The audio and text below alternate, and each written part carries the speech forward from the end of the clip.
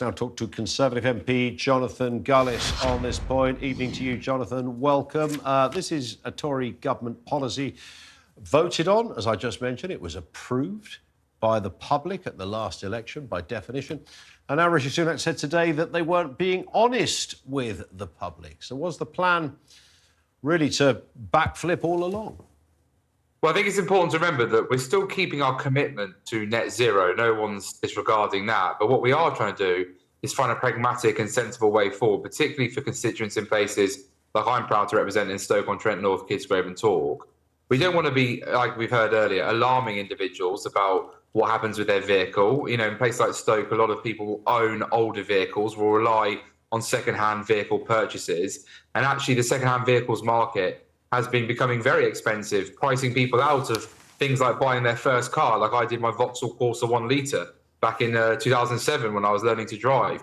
Because ultimately what has happened is that there's been this increase because, of course, there's this seemingly weird pressure to have to be electric, yet we're not allowing time for industry to explore properly hydrogen or hydrogen combustion engines, as JCB are showing in their own machines on some work sites. We know a Staffordshire-based company. So I think what the Prime Minister is doing here is making a sensible, pragmatic step forward, reminding the world and this country that we are responsible for 1% of the global emissions compared to China, who's at 28%. You know, we've decarbonised 43% or 48%, sorry, since 1990.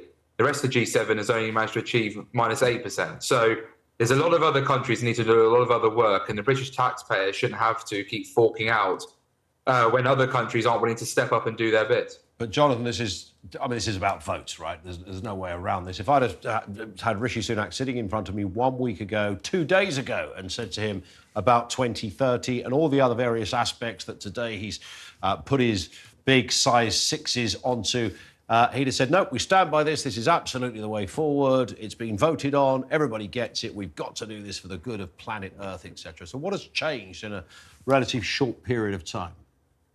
Well, first of all, Ian, I don't know what shoe size the Prime Minister is, but all I can say is that it was saying 6. Clear. I'm confident in 6. All I can say is the Prime Minister, I believe, was abundantly clear time and again that he had a real concern about the cost of net zero. And you heard from Harry Cole earlier talk about that Philip Hammond was concerned about it costing £1 trillion in order to achieve this 2050 target, something that Theresa May obviously wanted, as Harry said, to leave a legacy on. I think what Rishi has been doing is looking at what's happening with the economy, looking at what our international competitors are doing. Let's not forget, we've not scrapped the idea of diesel and petrol engines being the only way forward. All we've done is moved the date from 2030 back to 2035, which is in line with France, with Germany, with California, New York, Canada. You know, some of these countries led by leaders of the so-called progressive agenda. So I can hardly think that we can be accused of being unfair. Well, that might be true, but of course it has taken a lot of businesses by surprise on this. You know, we've heard from Jaguar, we've heard from Ford and others who are saying, well, hang on a second, we spent the last load of years gearing up for this. We've invested in this. We've made structures and business plans, and now suddenly that's all gone in the bin.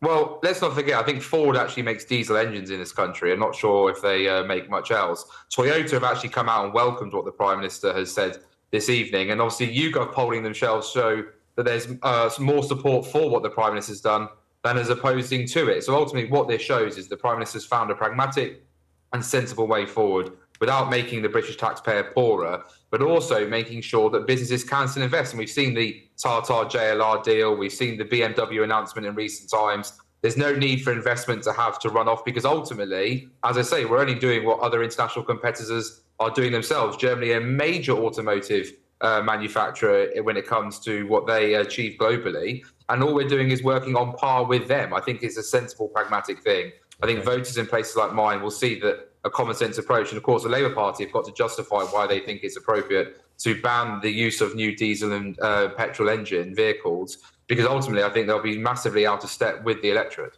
All right, Jonathan, thank you. Jonathan Gullis, Conservative MP. Let's